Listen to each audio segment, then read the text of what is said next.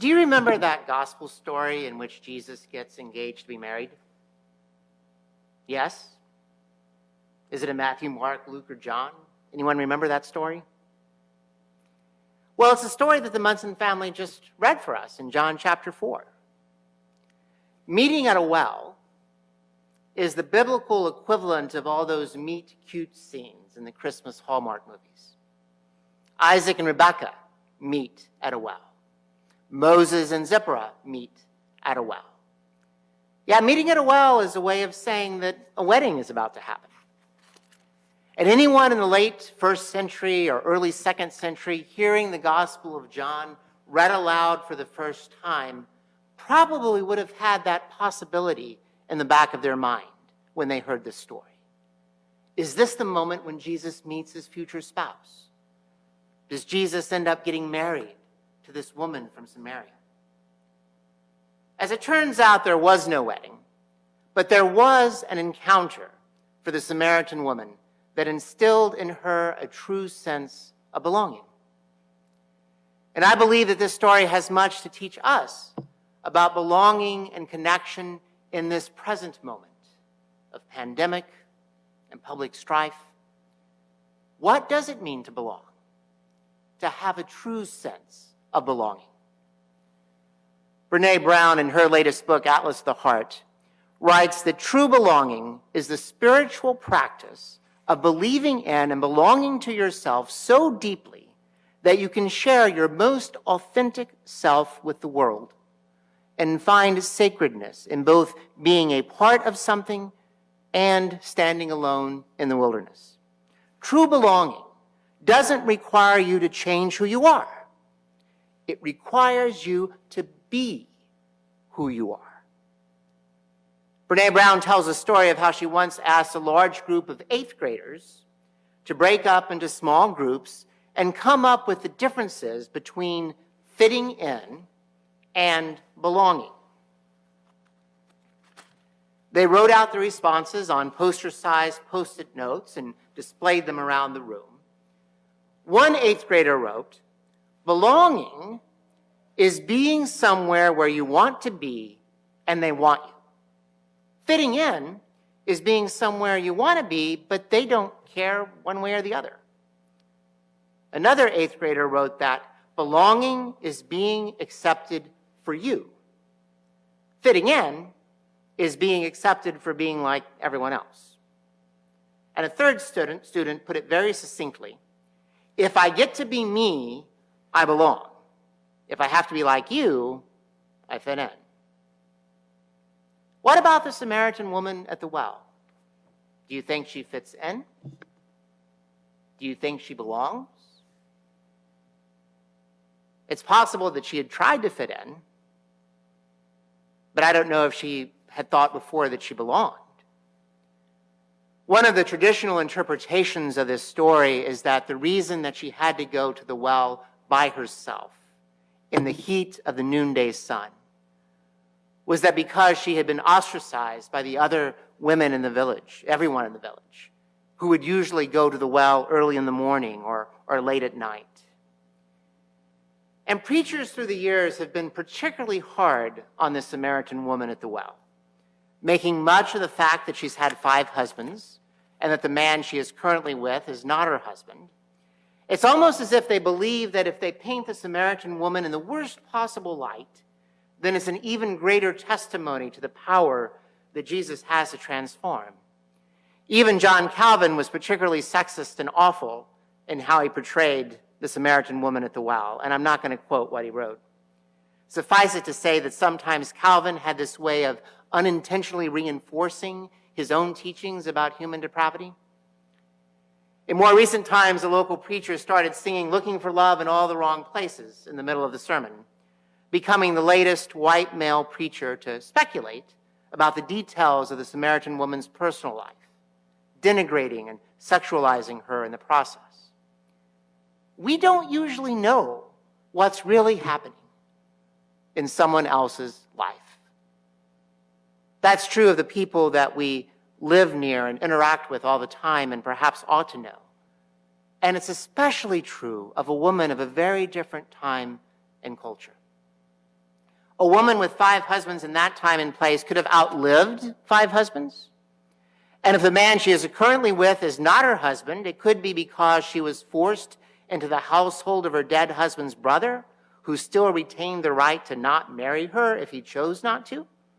But as a widow without any property rights, she likely would not have had any choice. And even if she has been divorced 5 times, she was not the one who was doing the divorcing. In that culture, only men had the power to divorce. Too many times preachers assume that her backstory was one of scandal, when it's very likely that her backstory is one of heartbreak and tragedy. Many times we even hear that this woman was forgiven of her sins, but there's nothing in the text to indicate that she and Jesus talked about sin and forgiveness. The story does not primarily describe her as a sinner. She is a thirster. She is thirsting for belonging and connection. When she runs to tell others about her encounter with Jesus, and she says, "Come and see a man who has told me everything I've ever done." Those aren't words of shame and judgment. Those are words that tell how Jesus has heard her and seen her for who she is. She belongs. Brene Brown writes that connection is the energy that exists between people when they feel seen, heard, and valued, when they can give and receive without judgment, and when they derive sustenance and strength from the relationship. And it's all the more remarkable that this sense of connection happens between a Samaritan woman and a Jewish rabbi teacher like Jesus. Jews and Samaritans had been political and religious enemies for centuries. And Jewish rabbis in the first century were not even supposed to interact with Jewish women in public, let alone a Samaritan woman. And it could be that in the church community that eventually gave us the Gospel of John, that there were both Samaritan and Jewish believers in Jesus in the same congregation. They had once been enemies and rivals, but now both groups had to come together to drink from the same well of living water. Both groups had to learn how to be the church together. Both groups were encouraged to talk to each other and to listen to each other and to have the courage to have difficult conversations about their troubled past and their hopes for healing and reconciliation. A few years ago, I was privileged to hear Brene Brown in person. She was at the Riverside Church in New York City for a conversation with Black Lives Matter activist DeRay McKesson. The program was entitled "The Courage to Show Up," and was about that very courage to show up and engage in difficult conversations, to break out of our tribal tendencies, to associate only with those who think like us, and to do the really hard work of listening to each other. When the church does its best to work for racial justice, we are working to overcome the historic disconnection in which a group's humanity and relevance are unacknowledged, ignored, or diminished. And instead, we strive to foster a sense of connection in which everyone is seen, heard, and valued, where our first reaction is not defensiveness, but an eagerness to understand more. And when we reach out to one another in our church family, at our best, we offer each other a lifeline of validation, of knowing that we are seen, heard, and valued, which is really important in this time when the pandemic seems to yo-yo, when we're undergoing this current Omicron surge, and right now there are 7 people in the sanctuary and more online, but perhaps many more who haven't yet reconnected. And yet, the need for belonging and connection are so powerful that the gospel writer John compares it to thirst. In the words of one neuroscientist who studied loneliness, hunger is a warning that our blood sugar is low and we need to eat something. Thirst warns us that we need to drink to avoid dehydration. Pain alerts us to potential tissue damage somewhere. And loneliness tells us that we need that connection, and that finding that connection with others is just as critical to our well-being as food and water. He explains that denying that you feel lonely makes no more sense than denying you feel hungry or thirsty. And I think that the reason that the woman at the well left her water jug behind was because of the sense of belonging that she finally found with Christ. Her deepest thirst was finally quenched, and she no longer needed that jug. In the weeks ahead, our church will offer opportunities for fostering connection. We will offer online opportunities, including the revival of the morning prayer weekly on Wednesday mornings.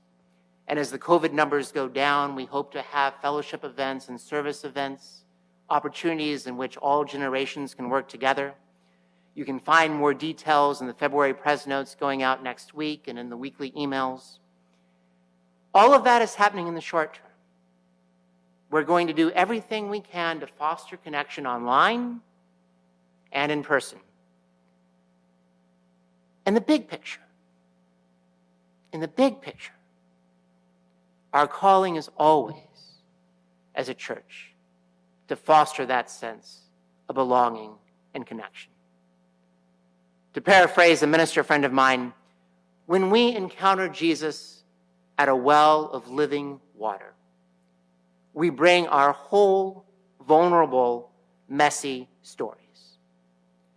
If we want to go tell people about Jesus, we have to lay down the water jugs that we fill up at the well of superficial surface interactions. We have to find the living water instead. And what kind of wells do people find when they bring empty water bottles here? Friends, we live in a world full of shallow wells that are always creating a thirsty, isolated world. And there's a lot of anxiety in the world, in the church these days. And if we have to be anxious, let's be anxious about being faithful to see Jesus and to let go of our other anxieties. We're here to see Jesus. We're here to see each other as we are. And we're here ultimately, over time, to allow our own brokenness to be recognized, to be seen by the brokenness in each other. And I suspect that we will find the living water that Jesus offers, quenching our thirst, renewing our souls. I suspect God would grace us with living water that would sustain us. And I suspect, too, that we might go and tell our communities about this man, this person who knew everything we have ever done, so that they, too, might come to meet Jesus with their honest selves as well. Friends, we don't need the water jugs of superficiality. Let's leave them behind. All glory and praise be to our God. Amen.